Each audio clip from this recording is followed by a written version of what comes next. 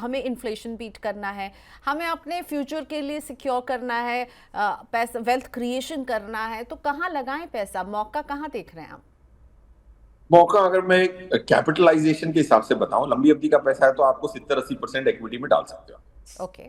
और आज के समय में एक मुश्त भी डाल सकते हो, क्योंकि एक साल की टाइम करेक्शन हो गई, प्राइस करेक्शन भी हो गई 4-5% की, तो आप वो स्टैगरिंग की जो पुरानी कहानी है सबकी, वो आपका रिस्क नहीं, कहने वाले का रिस्क मिटिगेट करता है। अब एक साल, अब एडवाइजर को पता नहीं होता तो बोलता है यार स्टैगर कर दो क्लाइंट को।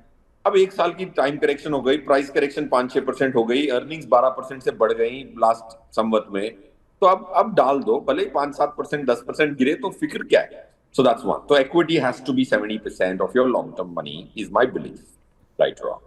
सेकंड, लार्ज मिड और स्मॉल में एक इक्विलिब्रियम सा है लास्ट 3 महीने से, वो इक्विलिब्रियम इस संवत के लिए बरकरार है।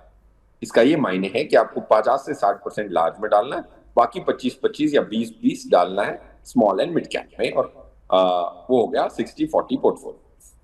तीसरा, आपको कौन सी कैटेगरी में पैसे बनेंगे अगर म्यूचुअल फंड की बारी आती है, या फिर कौन से सेक्टर्स अगर स्टॉक खरीदते हैं। तो सेक्टर में auto, banking and consumption, ABC मान के चले।